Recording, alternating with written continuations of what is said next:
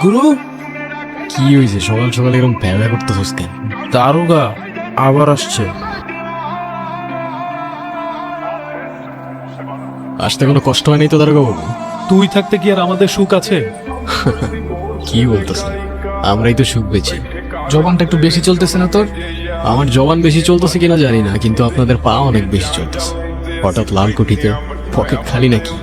জবান সামলায় কথা বল, নইলে 300 সাথে ঢুকাই দেবো। বুঝি বুঝি, এইটাই তো। নেন, রাখেন আর কাটেন, নাইলে 307 করতে কিন্তু আমাদের 7 সেকেন্ডও লাগে না। আরে আগে দিবি না? তাইলে তো আর এত ঝামেলা করি না। আমার পকেট ভরছে, আমিও খুশি, আবার পকেটও খুশি।